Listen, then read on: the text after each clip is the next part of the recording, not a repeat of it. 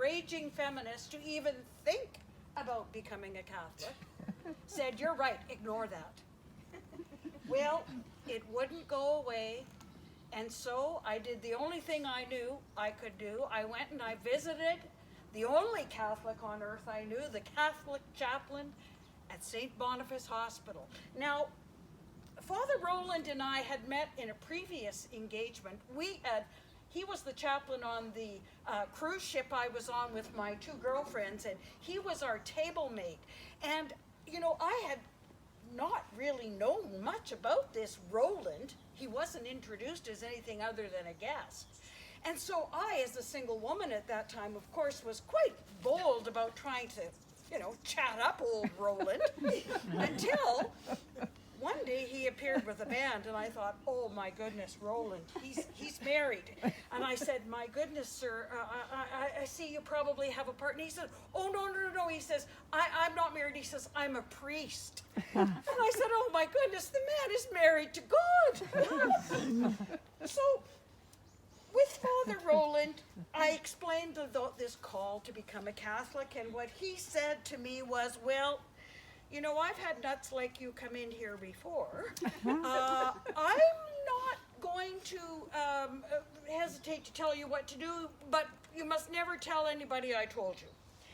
So he told me what to do, and I went to the local parish, and sure enough, the moment I sat down and was told that I could become a Catholic, there was a course I could take, I felt this instant peace. I was going to become a Catholic. Now, the Catholic faith and I aren't always on the same page. Well, in fact, we're rarely on the same page, but I do have a wonderful relationship with God. And what happened then, a few years later, is, well, God decided he was going to call me again. And I'm thinking, this is like lightning striking twice. Joanne, it's time to become a volunteer. Wherever in the world you can be of help. Now this time I didn't hesitate. I knew that this was not going to be stopping, and that I just might as well give up the ghost and make it happen. All right, God, that's good. You want me to be a volunteer anywhere in the world I can be of help? I don't mind. I'll sell my house. I don't mind. I'll indeed get rid of all of my goods, although, you know what? There are 12 boxes of cat doodads and trinkets I refuse to part with. But I will go somewhere in the world to be of help. Now, where would that be? I said, God, if you don't mind, what's really important to me is that I get to be a volunteer where there's water, an ocean, something where I can enjoy the beauty of your nature in the water. Well, I started doing an internet search as to where in the world one could be a volunteer near water. And what pops up but an opportunity to be a volunteer on, of all things, a hospital ship. Well, I immediately thought, though, you know what, I'm not a medical professional. I don't even know the first thing. If you thought I didn't have a religious bone, I certainly don't have any medical bent whatsoever. I don't even like that kind of thing. But I was intrigued. A hospital ship in Africa. I wonder what that's all about. Sure enough, I find out, and what do I discover is that I can join this hospital ship as a writer. I can interview patients, and I can be the one that tells their stories. I quickly put in an application, and before you know it, January 1st, 2012, I'm on a plane and I'm heading to Togo, West Africa to serve on the world's largest charity hospital ship. Mercy Ships offers free surgeries to the people of Africa through the Africa Mercy, and I'm part of the volunteer crew. Now, how this all came about, this Mercy Ships, is really very similar. Don Stevens, who's the founder, started in 1964 with just an idea. The idea came from one of his fellow mission colleagues while they were in a disaster zone in Barbados. And that person said to Don, you know what, this would be a heck of a lot easier to provide medical services if we had a safe ship with doctors and nurses on it. We wouldn't have to worry about no electricity, no water. That sparked in Don the absolutely rock solid idea to do that. Let's have a hospital ship. Well, for the next dozen or so years, that idea roiled around in Don's head, but he didn't really do anything about it. He got married, he had kids, he moved to Switzerland. But he was always thinking and always researching, what would a hospital ship look like? But as happens with many of us, we do talk the talk. He talked the idea, no biters. He was on his own. People were intrigued, but no commitments. So Don just carried on until 1977. He had an opportunity to meet, of all people, Mother Teresa. Well, I don't know if you folks have heard anything about Mother Teresa, because she can be a pretty sharp-tongued gal. And she can certainly cut through the chase pretty quickly. So there's Don talking about his life in Switzerland and his ideas, and she looked at him and she said, well, what do you think God has you on earth to do? What do you think your purpose here is? What are you waiting for? And at that moment, Don knew he did have a mission. He was to come up with a hospital ship, and he was to provide free surgeries. Well, Don was always a great networker, and he called in his markers. And before you know it, Don was in the business of offering the people of Africa free surgeries with hospital ships. And that came about because of a very brilliant model. First of all, who is Mercy Ships serving? Well, Mercy Ships goes where there's no health care right now, the developing world. Mercy Ships goes where there's the greatest need. And Mercy Ships goes where you can provide access to all. There is nobody who is not welcome on the Mercy Ships hospital ship. Now, Don's network had developed quite a beautiful collection of benefactors. The first $1 million ship was given to them for scrap value. The second Africa Mercy 78-bed hospital ship, $52 million, fully financed by a very wealthy Stagecoach Express owner in Great Britain. But how did the darn thing operate? I mean, you can have a hospital ship, but that thing's got to run. You don't only need, for your 78-bed hospital, 200 medical professionals to do the surgeries, to do the care of the patients, but you also need all the people to cook the meals, clean the decks, keep the engines running. Well, another brilliant method. What Don did was through his network, through churches, through medical schools, through healthcare facilities, he put out the call. If you want the most unique and wonderful experience in your entire life, if you want to serve the people of Africa, you come on board the Africa Mercy. You're going to have an experience of your life.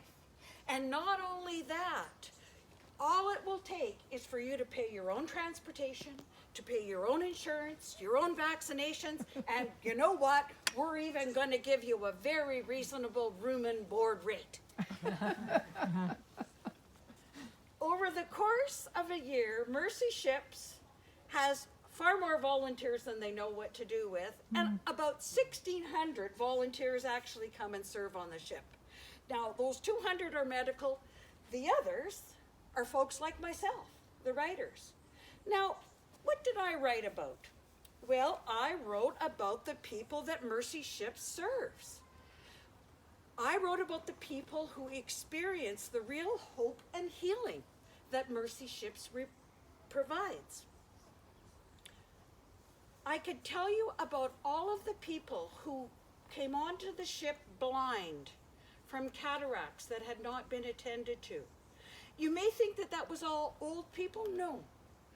In Africa, cataracts are rampant among young people, middle-aged people, and seniors. The beauty of the Mercy Ships eye program where we remove the cataracts is that not only the blind person can see again, but the person who's been tied up caring for them, showing them around, is also freed up. Their lives carry on. Mercy Ships has also provided over 500,000 dental treatments. You can imagine in countries where there is absolutely no dental care, what it would be like when your tooth is abscessed, when your tooth is decayed. Exacerbate that 1,000,000 times because there is no way of dealing with that. Mercy Ships comes in and solves that problem. And not only with the general population, but focuses on prisons and refugee camps to make sure that that relief from pain is available. Specific kind of surgeries range from repairing cleft lips, where people have felt that they've had to be hidden because, of course, having a disfigurement is considered a curse. In Africa, many young people suffer from burn injuries because they're open cooking fires and they're running into them, they fall into them, and there is no care for burn injuries, and they've had to heal on their own. There's an entire wing of plastic surgeons on a Mercy Ship that take care and restore those limbs to full functionality after a plastic surgery. Another ailment that's very rampant is uncontrolled growth of tooth enamel. Go figure. What happens is that when that condition erupts, then very, very large face tumors result. And with not having the tumors removed, the people suffocate. Mm-hmm. Thousands of people have been saved by Dr. Gary Parker, who's the world's finest maxillofacial surgeon, removing those types of tumors. The list goes on and on as to the medical surgeries that Mercy Ships provides free of charge. There were two elements of my Mercy Ship service that will live with me forever. The first is a young boy, Kofi, and his father, Komla, who I befriended. And because they were in the hospital quite a lengthy time and Mom was back home expecting a baby, I did an awful lot to try to help the family get through. I supported them back in the village. I made sure that they had enough food for the family back in the village. I let the dad use my phone to make calls. And one day, after he had just had a call, he called me over through my translator and he said, I'd like to tell you something. He said, my wife has just had a baby girl.